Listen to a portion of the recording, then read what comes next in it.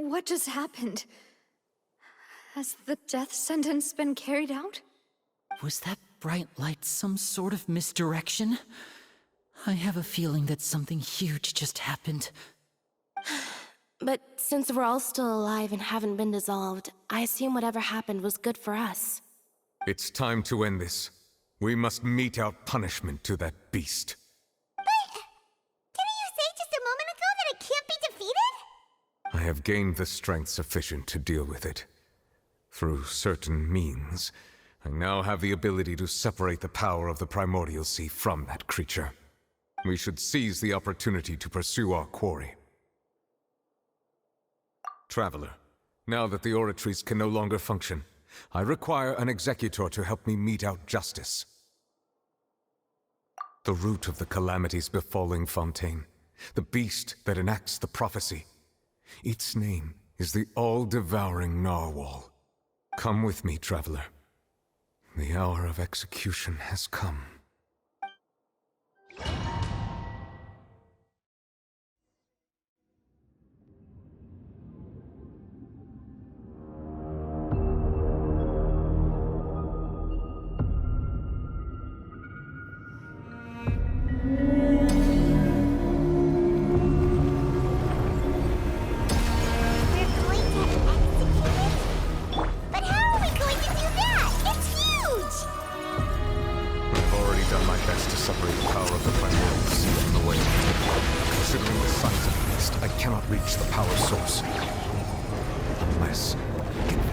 To attack it from within. I shall share a part of the ancient dragon's power. We shall look for an opening together.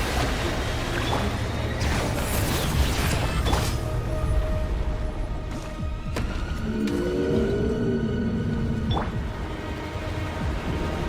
can feel its sorrow turning to hostility.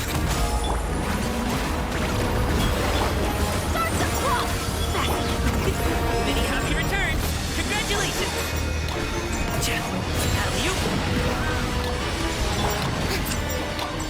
Strike a pose!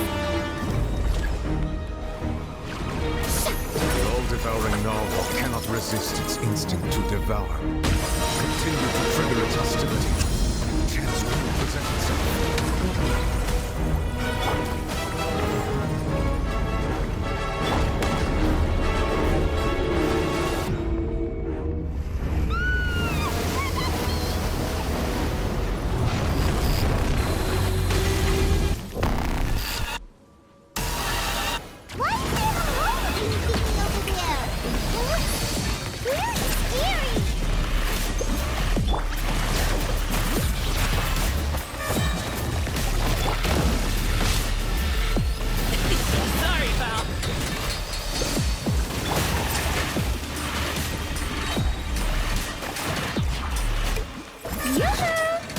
Granted you my protection. Do not fear. Seize the moment and use my power to suppress its root from within.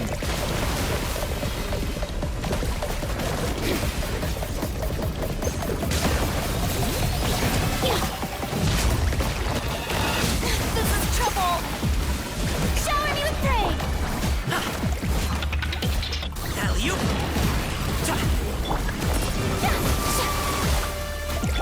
Bring it! Control breathing!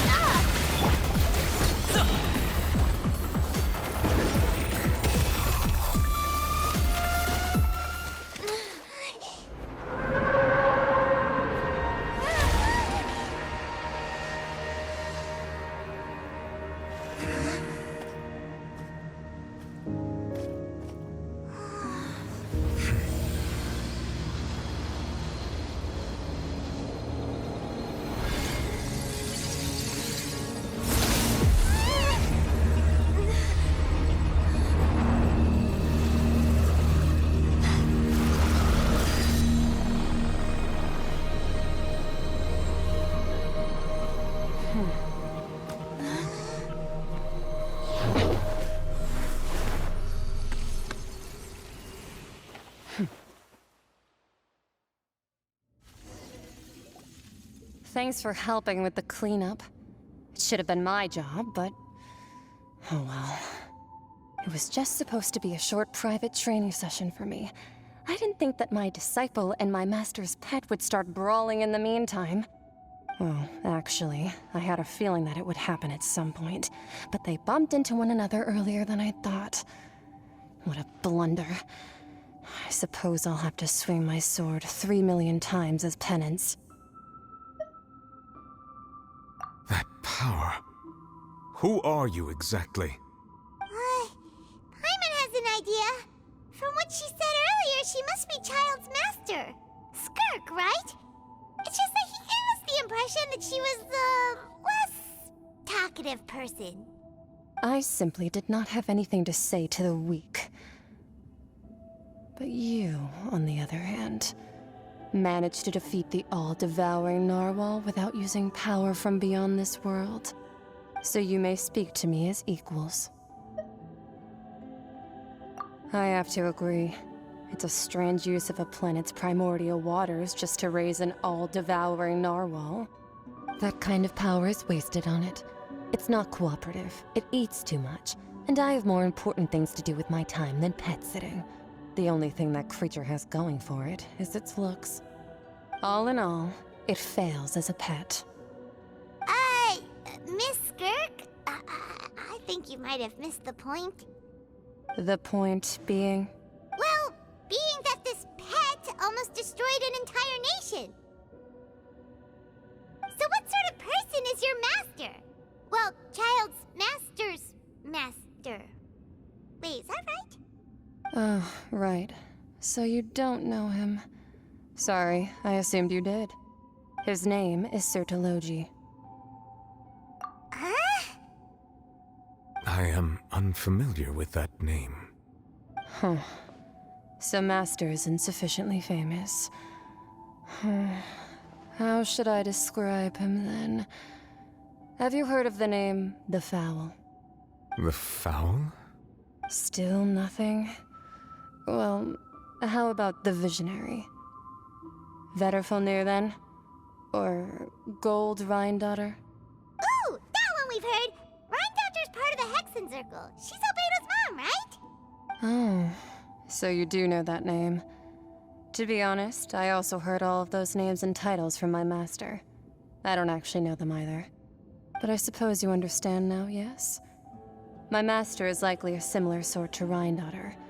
They are both pursuing some form of perfection. Wait, didn't you also mention a visionary person? Paimon didn't quite catch their name. Actually, never mind that. I believe it expedient to inform you that the all-devouring narwhal used up nearly all its strength fighting you. Such roiling hydro energies will prove difficult for the planet's deep seas to digest. As such, the Fontaine back on the surface has most likely been thrown into chaos. In other words, the prophecy that you've been fretting over should now be in full swing. What?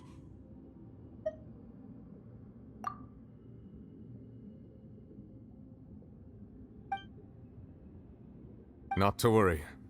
Focalor has already managed to deceive the heavenly principles. In the end, the people will all be dissolved into the waters, and only Farina will remain, weeping on her throne.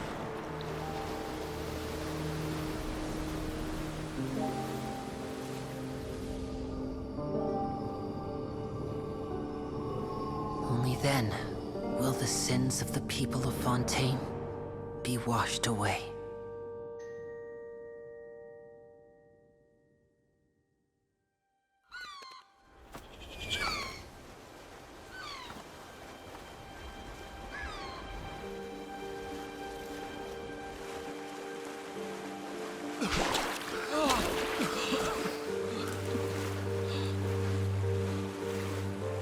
Hey!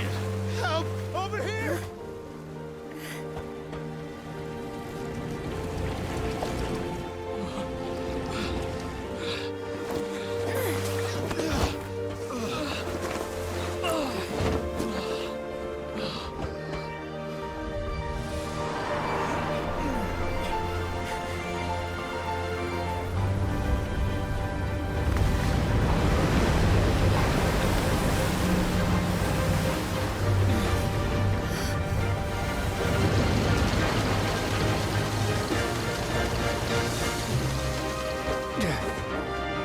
Scans initiate emergency rescue!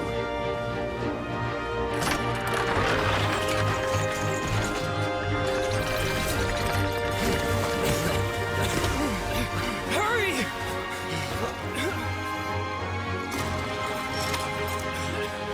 Hey, lend a hand!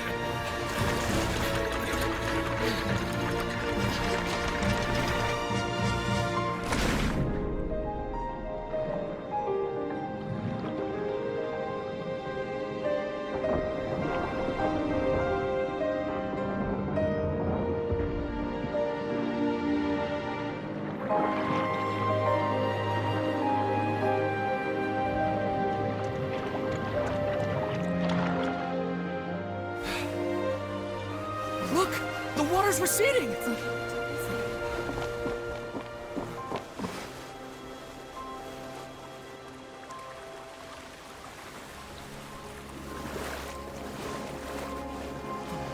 It's a miracle! Water's receding. We didn't dissolve. The prophecy was wrong. The prophecy was wrong.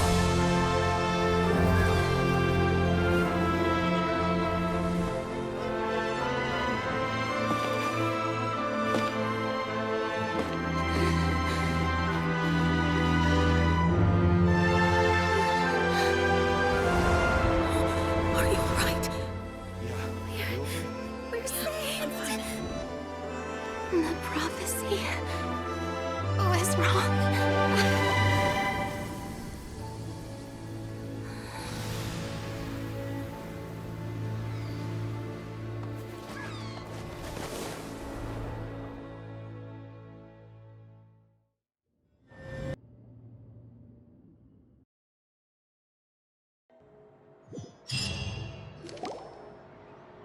The soil renewed. The Spina attacks post-disaster rebuilding. I recently visited Poisson to meet with Miss Navia, spokesperson of the Spina di Rosula, and we spoke about Poisson's present and future. Old soil can still give birth to new bloom, Miss Navia stated. Hope is like seeing a small cookie when you're starving late at night. You just need a little of it. Skyship Winglet, lunar brain of the Fontaine Research Institute. The various disputes that have arisen on account of Mr. Edwin have suddenly become a shield over the Institute, with Jurier turning out to be a once overlooked hidden gem. People always call the first researcher mad, but few know what to call the second. And should that latter person achieve a miracle, they would find it all the harder to find a word with which to classify him and his team. Wow! Paimon barely recognizes the people in the reports. Are those really Jurier and Navia? They sound like real big shots. What do you think? Pretty enthralling, huh? The Steambird's idea was pretty simple. With the disaster just having passed, we would print a free edition packed to the margins with good news to calm people down. The value for these big scoops lies in their inevitable follow-ups. We'll publish further reports and go into the stories behind those people. Edwin's assistant, Jurier, created a true flying ship, while Navia is leading people in the reconstruction of their home. I'm sure that these stories could draw even your well-traveled eye. Paimon's curious too! Wait a minute. Didn't we watch everything happen from start to finish? What's there to be curious about? And that's exactly why I'd like you to come conduct interviews with me. You're the best incubators of news, if you haven't noticed. And also, with you around, I'm sure I'll get to see that Duke. Are you sure? Hasn't he turned you down several times already? Oh, this time will be different. Come on, let's head to Poisson first, and then make a trip to the fortress. There are some things you'll only know when you get there. Navia! Oh, it's you. What brings you all here? Hey, we're just having a look around. I'm here to update myself on how things are going here. Oh, the Fatui are here too. Let me introduce you. This is Mr. Garunt Snezhevich. He represented the Knave in sending us a large amount of supplies, and is helping with our work. Our residents are hard at work as well. Thanks to everyone, work is progressing nicely. We've lost a lot of people. but we're moving forward. That will have to be enough. Hello, Miss Charlotte. I'm a big fan of yours. I especially like that article you wrote last year about Fontaine's stray cats. But if you don't mind, could you not emphasize our role too much in your report? It's not charity we're doing here. We just happen to share the same interests as the Spina. I get where you're coming from. I'll keep it as simple as possible. Or would you be willing to feature as friendly neighbors? That would be fine. Thanks. Oh, you're back too. How are things? We finished laying down the construction materials. It'll be another hour before the workers are able to go over there.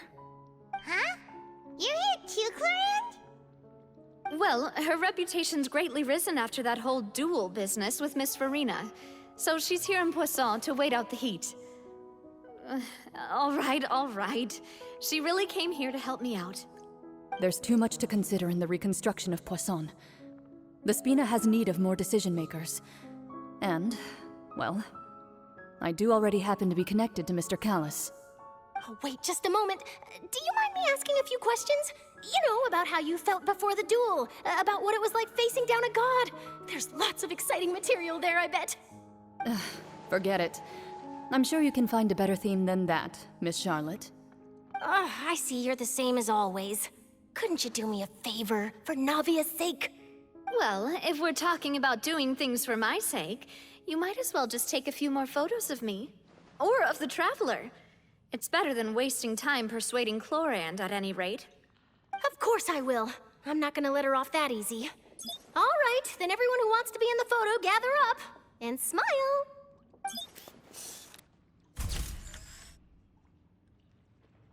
How did it go? Was it a good shot? Did Paimon look cute in it? Not bad. Your addition really helped the composition of the picture. All right, hang on a moment. Let me snap a few more shots.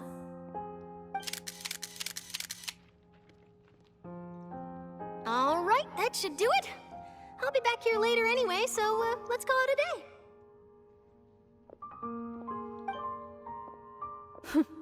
You're very quick.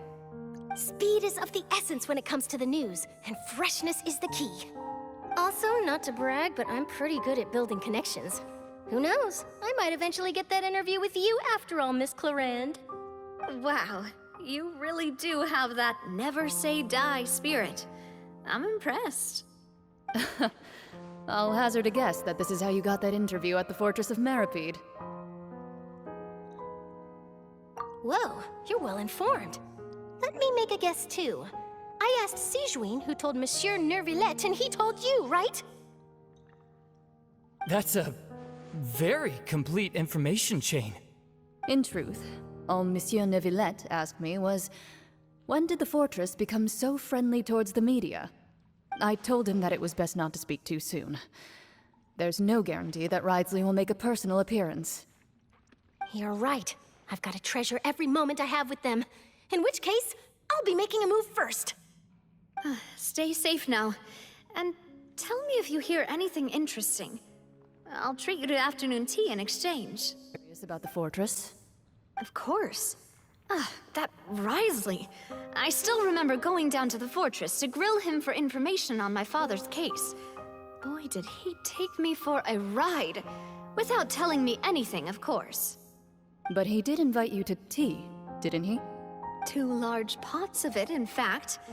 It was good tea, though. I have to agree. The tea there is very good. Speaking of that, would you like to have some today? I mean, you've got time, right? Well, I'd be partial to some shortbread. Wow, it's like we've got a menu or something. Sure. Good. What flavor of biscuits would you like, Mr. Snežević? Me? I'm fine with anything. But I would prefer chocolate, should you have it. All right. Leave it to me. I'll go over the newly arrived supplies with you later, Mr. Snežević. We should be able to finish the preparatory work today. That works great for me. Huh. Is it just me, or did you get a new lipstick? I did. It was a gift from Sijuin. Want to give it a try? I think the color would suit you, too.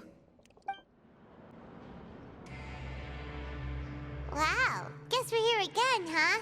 There's a real nostalgic feeling to this place. Looks like you've been missing us. Duke! Did you come all the way to the entrance to greet us? Of course. I'm here to welcome you and our dear Miss Charlotte, whom our good head nurse recommended to me. It's an honor to finally meet the much-rumored Duke. Thank you for consenting to my visit to the fortress, sir. No need to thank me. But that said, I shouldn't be the focus of your interview. I trust you recall our agreement? Of course, of course. All right then, this way.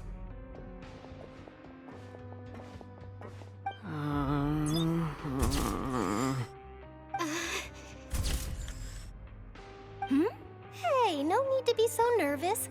I've already taken all the photos we need. Miss Charlotte, do these pictures really need to be published on the cover of the Steambird? It would seem that Miss Lorvine doesn't want her face to appear beside that of Mr. Jurier, Sir, please don't say things like that. But it looks like dear Mr. Jurier denies it. Might this interview be very important to you then? No, I just... This is my first time being interviewed, and I'm very thankful to the Steambird for... Now, I might not look it, but I actually did meet Mr. Edwin once. And I'll be honest, I enjoyed chatting with you more. You've definitely got more of that genius vibe going on. The boat that brought about a miracle, the ark that saved the people. Why, you recreated a myth back there, like an emissary of legend. Still, if I might ask, where's that flying ship now? Huh! Looks like Charlotte's trying to get herself another exclusive scoop. I have to apologize, but that ship is presently in the bowels of our factory. I'm afraid it won't be easy for you to get a shot of it. Really? Well, then in that case, could I have an interview with you to make up for that loss? You already know my answer, I'm afraid. Best you interview our head nurse instead. Or perhaps you'd like to take another photo of this couple of researchers? Did you really have to use the word couple? Well, then, 2 solo photos will do. Is my hair messed up? Please, someone help me have a look.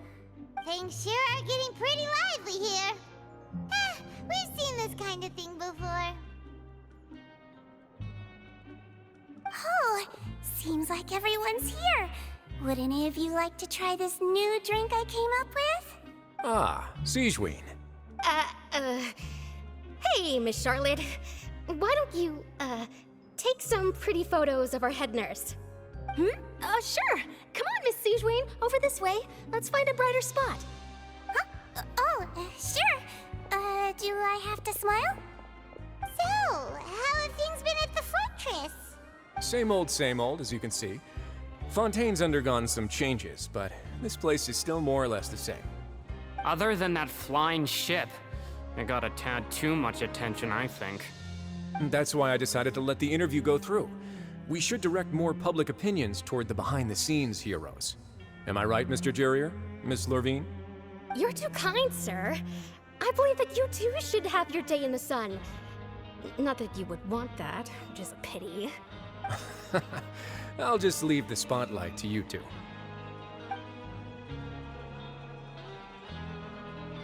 I see. Lots of things happened that day, huh?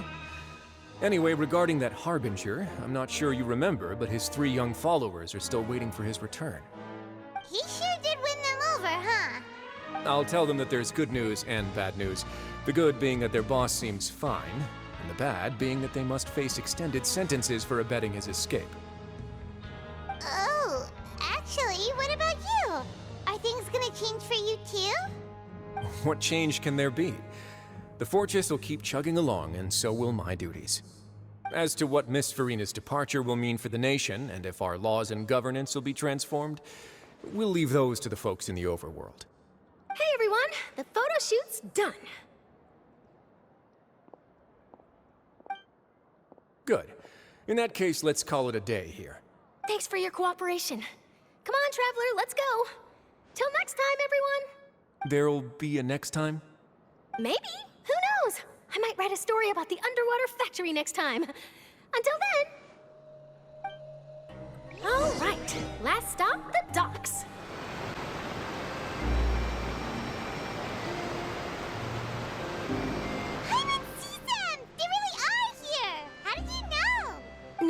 mentioned that she stayed in touch with Linny and the others after working together. Apparently, they've been at the docks distributing these strange pockets the whole time since. Traveler, Paimon. Ah, and Miss Charlotte, too. Would you like a magic pocket? What sort of gadget is it? It's a wondrous bag that can be used to carry many things. The water level has returned to normal, but if you see any of your things floating around, you can use this to carry them. Or you could trick a friend into doing it for you.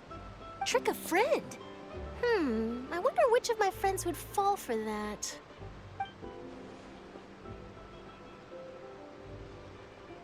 You could just make a friend like Fremine here. Isn't that right, Fremine? Is this what you meant by, I'll help you make some more friends? To be honest, that sounds pretty sweet. Could I have your contact, please? Sure. Please, write down my address. Lynette sure is working hard to help Fremine socialize. He was the one who proposed doing this. He even wants to assist in our magic shows. Yes, I was planning to first introduce Pear as an assistant, and later Fremine himself. In the future, I think we can leave underwater escape magic to him too. That said, would anyone want to see a diver escape underwater? Oh, it'll work out. Every journey begins with the first step. He'll become a part of our show eventually. Lynette, could you come over? Miss Charlotte says she wants to take a picture of us. Got it. My, that Charlotte is rather perceptive. She got rid of everyone the moment she realized I had something to say to you. So, how have things been, Traveler? Father says that you did a great deal during the latest events. She's very grateful for your contributions to Fontaine. That's all right. We were more than happy to help. So, what's she doing now? Oh, I guess you haven't heard. Well, after Lady Farina left, Father and Monsieur Neuvillette opened negotiations, during which he gave Fontaine's gnosis to her as a diplomatic gift. A diplomatic gift? A gnosis? Yes, I was quite surprised at first myself. But when I thought it over, there were actually a number of things going for it. It could have been done as an apology for the incident with Lord Child, or as thanks for his help in tying the all-devouring narwhal down. Furthermore, Father did also lend significant aid to Fontaine and Poisson. Well, that's true, but this is a gnosis we're talking about. Doesn't this seem a bit irresponsible? I would agree, but I've also heard that it seems that Monsieur Neuvillette has had a significant change of heart regarding the matter. So there's some reason for this that only Neuvillette knows about? I suspect you'll have to ask him about that yourself. Ah, yes, speaking of which, I did see him strolling around the entrance to the Fortress of Meripede a while back. Isn't he real busy and stuff? Paimon didn't think he'd have the time for that. But back to the topic. The gnosis was given to the knave, right? What about Child? They say that he's returned to Snezhnaya to recover from his wounds. I hear that the recent disaster really did a number on his health. That's true. When you think about it, we've had loads of run-ins with the Fatui. To think we'd be allied with them this time. So shocked by such a simple switching of sides?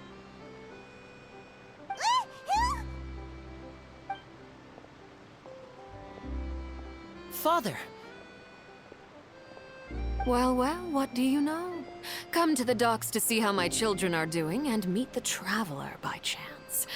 Please do not pay my accomplishments in Fontaine too much mind. I would have done them regardless. Are you going to take the gnosis back to Snezhnaya? That is our duty as harbingers, yes. Don't be too preoccupied with sides. The goal of the Fatui concerns not a single place or person, but the entire world. With such a grand goal in mind, it is inevitable that we must wear many masks. Switching my masks is something I've always done. Well, that depends on many things. No one truly knows what the future holds. What good is honesty if you can't rely on it forever? As for you, I very much look forward to our next collaboration. Good things cannot be achieved alone, and you've proved yourselves to be great partners.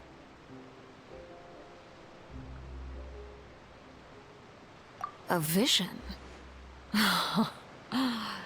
All right. I'll remember to return it. Thank you for keeping it safe for him this entire time. And that's a wrap for me. Huh? You're... Greetings, Miss Journalist. Hello. If I'm not mistaken, there are diplomatic channels I'll need to report to take a photo of you. That is correct. So forgive me, but I will not be able to serve as a subject in your article. However, feel free to write as much as you'd like about our dear magicians and our upcoming rookie talent. I will. The sea breeze is quite pleasant. I shall continue my walk while the weather remains so agreeable. Farewell. Farewell, Father. Oh, she has such an intimidating presence. I didn't even dare to take a picture. Thankfully, I've already wrapped up all my pre-scheduled interviews. Thank you all. This'll be more than enough for me to write about, I'm sure. Don't be too nervous. Why don't you take a magic pocket before you go? Here, Traveler, Paimon, you take one too. To move things about? That's right. Funny. I was giving out magic pockets when we first met too. And what do you know? I'm doing the exact same thing right now. So many things have happened, but the pockets are still the pockets. I guess this must be life. We will all follow our own paths, and serendipity will lead you to your fated friends. All right then. We'll be handing out pockets in some other districts later, so we'll get going now. Have a good day, you two. Well, guess we sent Charlotte off. Shall we go see how Neverlette's doing? As long as he's not so busy that he doesn't have time to chat anyway.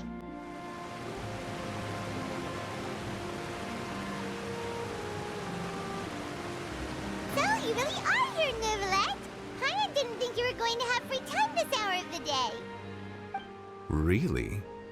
Oh, I suppose you must have met Mr. Linney. He took the time to greet me earlier when he passed this way. In any case, you came at a good time. I was just considering reaching out to you to set up a meeting, so I may explain some things that I haven't had the time to before. Aw, Paimon's glad that you remembered. Thank you for keeping us on your mind, what with you being busy and all.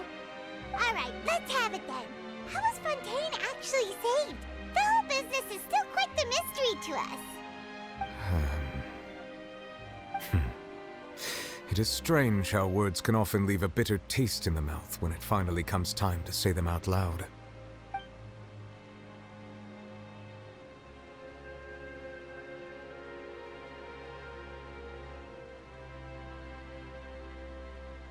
Whoa. So that's what happened? Focalord destroyed the divine throne of the Hydro Archon and restored your power to you, transforming you into a fully-fledged elemental dragon sovereign. But Paimon still doesn't quite get what you did to save the Fontainians from dissolving.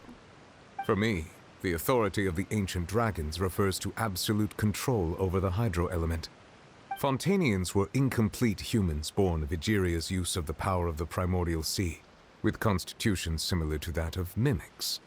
But so long as those primordial energies remain within them, I could use the ancient dragon's authority to grant them true blood, after the fashion in which life was first brought into being on this planet. In other words, when I gave my verdict, Fontainians became true humans, and thus would naturally no longer be dissolved by water from the primordial sea. Focalord must have counted on you to make that decision as well. Your verdict was the key to making the prophecy appear to have come true while saving everyone. Yeah, and in a manner of speaking, Focalord finally managed to fulfill the original Hydro Archon's wish to turn Oceanids into real people too! It seems from your expressions that you still have more things you wish to ask. Ask away. I will tell you the truth as I know it. I have investigated his case along many avenues, and I have learned that he once fell into an unknown chasm when he was young. There, by chance, he awakened the all-devouring narwhal. But whether it be by sentiment or reason, that should not have been enough to consider him the root cause of the disaster. At most, he would have had tangential liability. As for the judgment passed by the Oratrice during the trial, whether it was due to that liability by association, or Focalors deliberately using him to buy time for us on the assumption that he would be able to hold the creature off, I cannot say. Guess Focalors had Fontainians in mind the whole time. In the end, it was thanks to her that they finally became real humans. Hang on a second. Paimon suddenly got another question. Back when Fontainians hadn't yet become real humans, were the children they had also transformed Oceanids? Life has always flowed like water. Do you recall how Fontainians would often come to the Fountain of Lucine to pray for children? Yeah, Lynette said the fountain is where all the waters in Fontaine converge. In truth, even those couples did not know that such prayers were no mere custom, but instead a form of ritual. Those Oceanids who were blessed within the spring water would later descend as new humans in the coming months. Paimon sorta gets it now. Either way, it seems like this ritual won't be of any further use, but it'll probably live on as a local custom. Ask away. I will tell you the truth as I know it. Yeah, about that. Risley said Farina has already left. What's that all about? Ah, Lady Farina. The people are only aware that her death sentence has not been carried out. She abdicated the post of Hydro Archon and left affairs related to that title to me, before leaving the Opera House. I related Focalors' words to her faithfully and completely.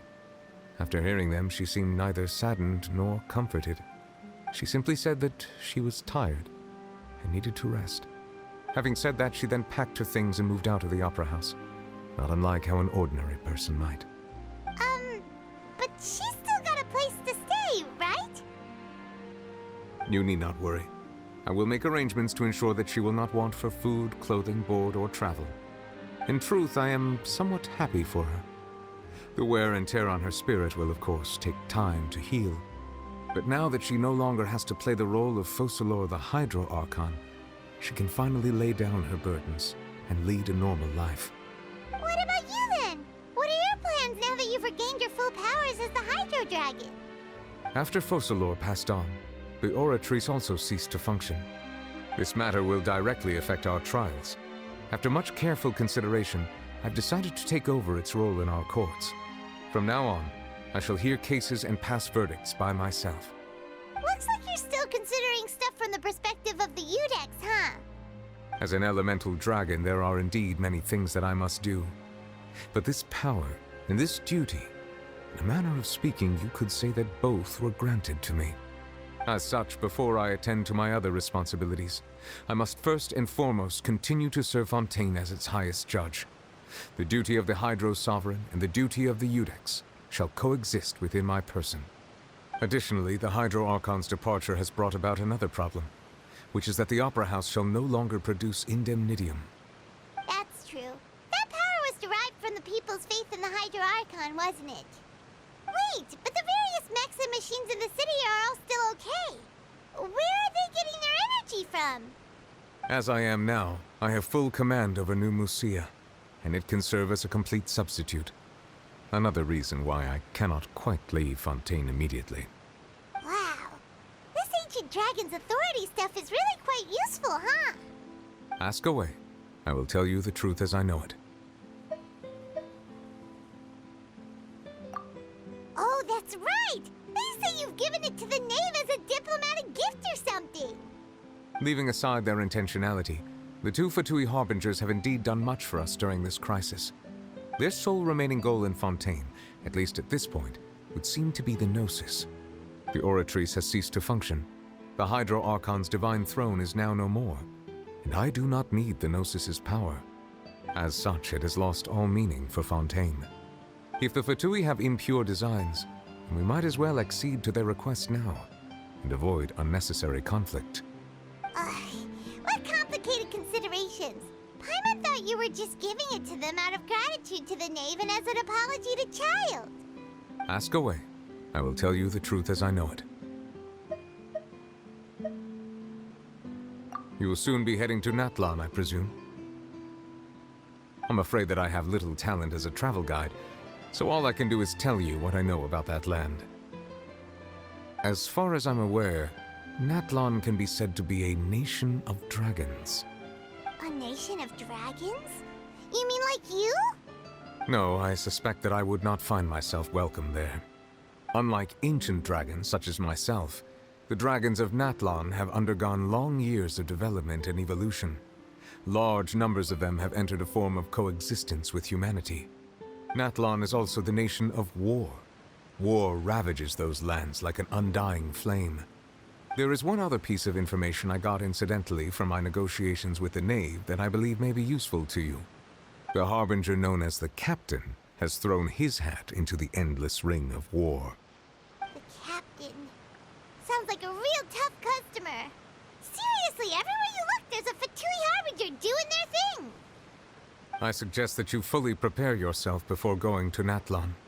In the meantime, Fontaine's doors will always be open to you. Ask away. I will tell you the truth as I know it.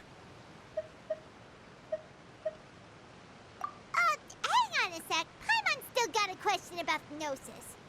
When we spoke to Linny earlier, he mentioned that your attitude towards giving away the Gnosis had clearly changed.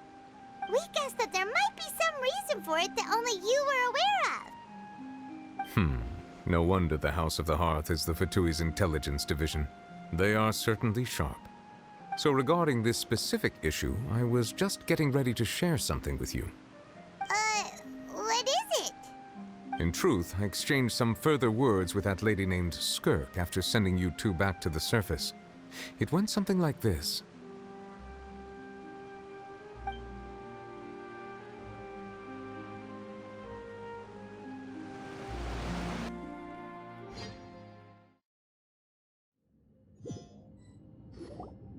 Well, we're going to head topside to see what's going on. You hurry over soon as well, all right, Nervalet?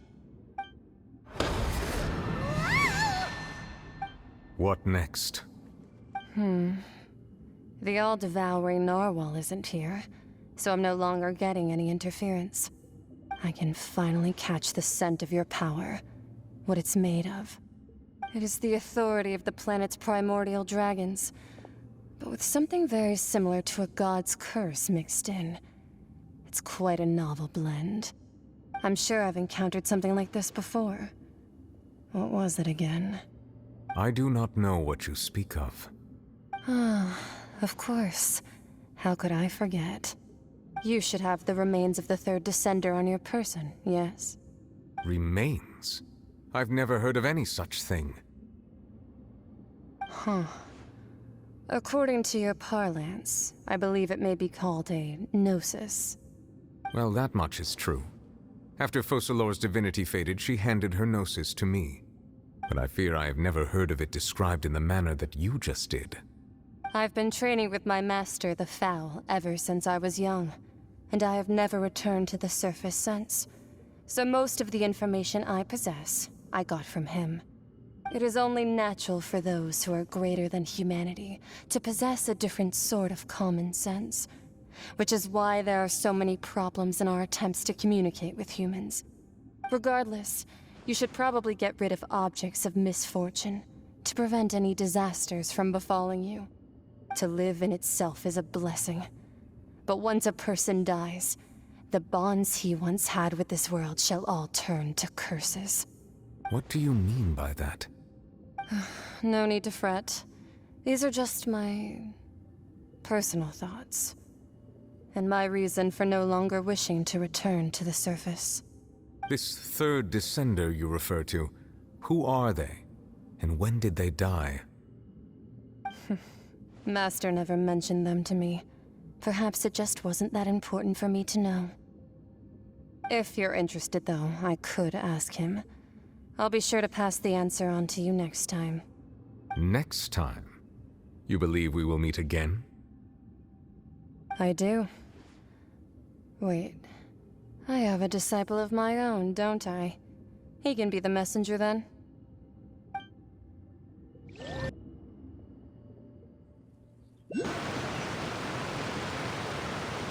That's what she told me. Whether it would prove useful or not, I wanted to pass that information on to you. The remains of the third Descender? So that's what the Gnosis actually are. Paimon just thought they looked like chess pieces. How could they be a person's remains? All the same, assuming that there was no misunderstanding or special metaphor at play, that is what she meant to say. And she said that it would bring misfortune and that you should check it, which is why you gave it to the Fatui. If she speaks the truth, then I would simply be putting Fontaine at unnecessary risk by keeping it here.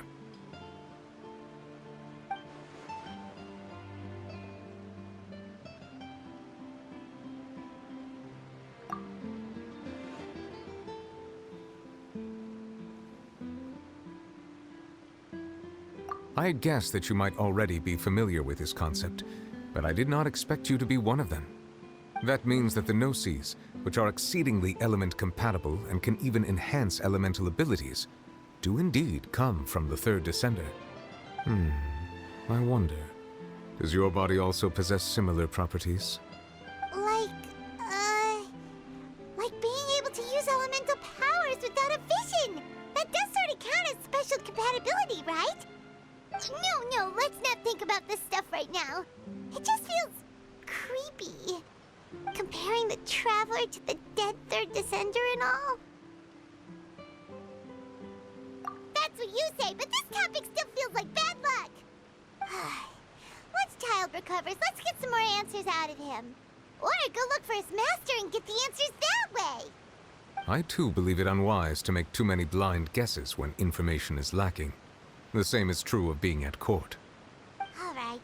Whatever the case, it seems like the crisis here in Fontaine's over for now.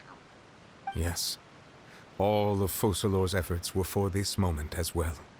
But she sacrificed herself in the end as a god, and she suffered through all those years as a human. Was that really what she wanted?